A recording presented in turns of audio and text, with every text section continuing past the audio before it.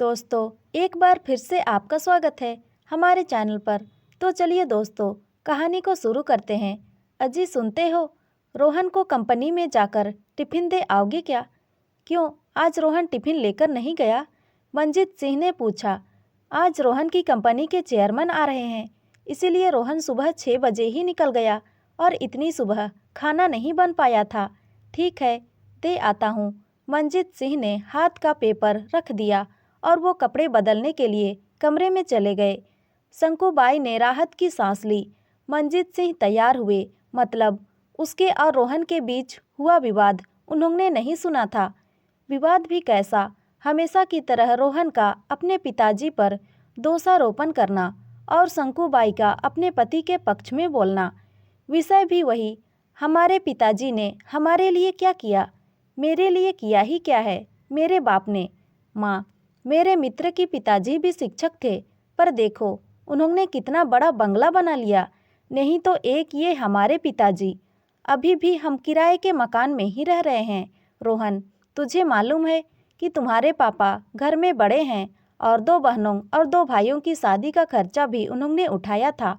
सिवाय इसके तुम्हारी बहन की शादी का खर्चा भी उन्होंने ही किया था।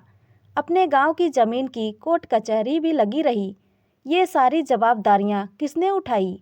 क्या उपभोग हुआ उसका? उनके भाई बहन बंगलों में रहते हैं। कभी भी उन्होंने सोचा कि हमारे लिए जिस भाई ने इतने कष्ट उठाए उसे एक छोटा सा मकान भी नहीं बनाया, तो हम ही उन्हें एक मकान बनाकर दे दे। एक क्षण के लिए शंकुबाई की आंखें भर आईं। क्या बताए अपने जन्म दिए पुत्र को बाप ने क्या किया मेरे लिए, पूछ रहा है। फिर बोली, तुम्हारे पापा ने अपना कर्तव्य निभाया, भाई बहनों से कभी कोई आशा नहीं रखी।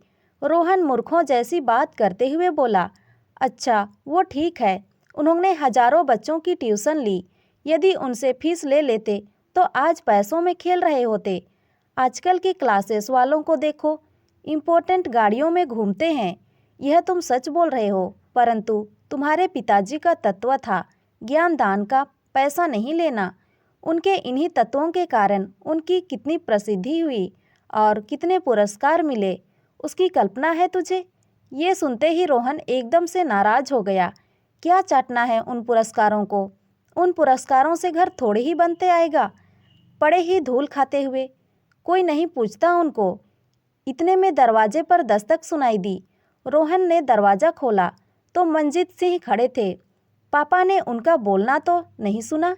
इस डर से रोहन का चेहरा उतर गया, परंतु मंजीत सिंह बिना कुछ बोले अंदर चले गए और वह बात वहीं पर ख़त्म हो गया। ये था शंकुबाई और रोहन का कल का झगड़ा। पर आज मंजीत सिंह ने टिफ़िन साइकिल में लटकाया और तपती धूप में औद्योगिक क्षेत्र रोहन की कंपनी के लिए निकल पड़े। 10 किलोमीटर दूर कंपनी तक पहुंचते पहुंचते उनका दम फूल गया था। कंपनी के गेट पर सिक्योरिटी गार्ड ने उन्हें रोक लिया। रोहन साहब का टिफ़िन देना है, अंदर आऊं क्या? अभी नहीं, साहब आए हुए हैं। गार्ड बोला, चेयरमैन साहब आए हुए हैं, उनके साथ मीटिंग चल रही है। किसी भी क्षण वो मीटिंग ख़त्म करके आ सकते हैं। आप बाजू में ही रहिए। चेयरमैन साहब को आप दिखना नहीं चाहिए। मंजीत सिंह थोड़ी दूर पर धूप में ही खड़े रहे। आसपास कहीं भी छांव नहीं थी। थोड़ी देर बोलते बोलते 1 घंटा निकल गया। पाँवों में दर्द उठने लगा था, इसीलिए मंजीत सिंह वहीं पर एक तपती पत्थर पर बैठने लगे। तभी गेट की आवाज़ आई। शायद मीटिंग ख़त्म हो गई होगी। चेयरमैन साहब के पीछे पीछे कई अधिकारी और उनके साथ रोहन भी बाहर आया। उसने अपने पिताजी को वहाँ खड़े देखा तो मन ही मन नाराज हो गया। चेयरमैन साहब कार का दरवाज़ा खोलकर बैठने ही वाले थे तो उनकी नज़र मंजीत सिंह की ओर उठ गई। कार में ना बैठते हुए वो वैसे ही बाहर खड़े थे। वो सामने खड़ा कौन है? उन्होंने सिक्योरिटी गार्ड से पूछा। अपने रोहन सर के पिताजी हैं, उनके लिए खाने का टिफ़िन लेकर आए हैं। गार्ड ने कँपकँपाती आवाज़ में कहा, बुलाइए उनको। जो नहीं होना था वही हुआ। रोहन के तन से पसीने की धाराएं बहने लगी। क्रोध और डर से उसका दिमाग सन हुआ जान पड़ने लगा। गार्ड की आवाज़ देने पर मंजीत सिंह पास आए। चेयरमैन साहब आगे बढ़े और उनके समीप गए। आप मंजीत सर हैं ना? एसएन हाई स्कूल के शिक्षक थे। हाँ, आप कैसे पहचानते हो मुझे? कुछ समझने के पहले ही चेयरमैन साहब ने मंजीत सिंह के चरण छुए। सभी अधिकारी और रोहन वो दृश्य देखकर अचंभित रह गए। सर, मैं सुमन अग्रवाल, आपका विद्यार्थी। आप मुझे घर पर पढ़ाने आते थे। हाँ हाँ, याद आया। बाप रे, बहुत बड़े व्यक्ति बन गए हो आप। चेयरमैन हंस दिए, फिर बोले, सर, आप यहाँ धूप में क्या कर रहे हैं? आइए अंदर चलते हैं, बहुत बातें करनी है आपसे। सिक्योरिटी, तुमने इन्हें अंदर क्यों नहीं बिठाया? गार्ड ने शर्म से नीचे सिर झुका लिया। वो देखकर मंजीत सिंह बोले, उनकी कोई गलती नहीं है, आपकी मीटिंग चल रही थी, आपको तकलीफ ना हो, इसीलिए मैं ही बाहर रुक गया। Okay okay. चेयरमैन साहब ने मंजीत सिंह का हाथ अपने हाथ में लिया और उनको अपने आलीशान चेंबर में ले गए।